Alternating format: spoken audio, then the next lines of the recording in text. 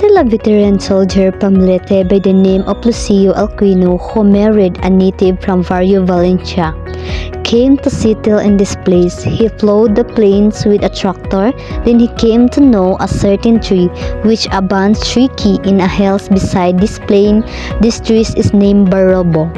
And consequently, the place Barobo came to existence, invited people from his native province, friends, and native to form a barrio.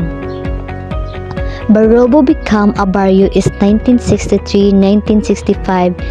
The barrio official were Carlos Apau and Tenente del Barrio of Victoria Boja Ernesto Pareño, Noneto Wenceslao, and Iluminado Apau. Hello everyone! First, ako di si Armin G. Paragoso ug welcome sa akong sales vlog. So today, karong adlaw akong i-present ug ibaligya akong product nga TG Perfume. So, ang owner sa business kasi Sir Jimmy Arinas, ang among arrangement kay consignment. Meaning, ako ang mutabang og baligya sa product ug makakuha ko og commission sa matag successful nga sales. O ang among target customers ani nga mga product is student og young adult og uban pa nga nangita og affordable nga useful nga product. So, ubani ko ninyo sa akong sales activity. Tara, magsugod na ta.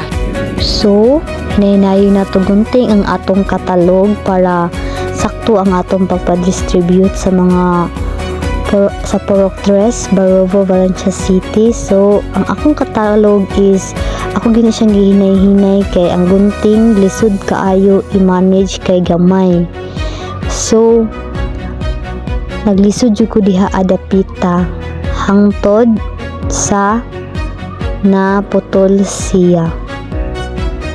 Grabe na kog paningkamot ana nga kuan jud ang by side sa akong katalog kay muna akong ikuan sa mga customers nga akong makuanan, ma-encounter.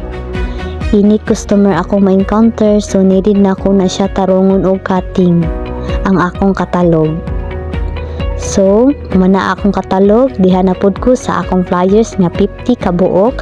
Ako lang na siyang gihinay-hinayan kay ako raman isa ang sigunting ana ka 50 ka flyers nga i-distribute sa customer para mailhan pod nila o ma-enhance pod nila unsa katsada ang product nga akong gidistribute diri sa Purok 3. So, ako nang gihinay-hinay hangtod sa diha nga gikapoy nako, nibalik na sad ko para mupadayon para mahuman akong flyers para mahimo siya makuan jud siya nga 50.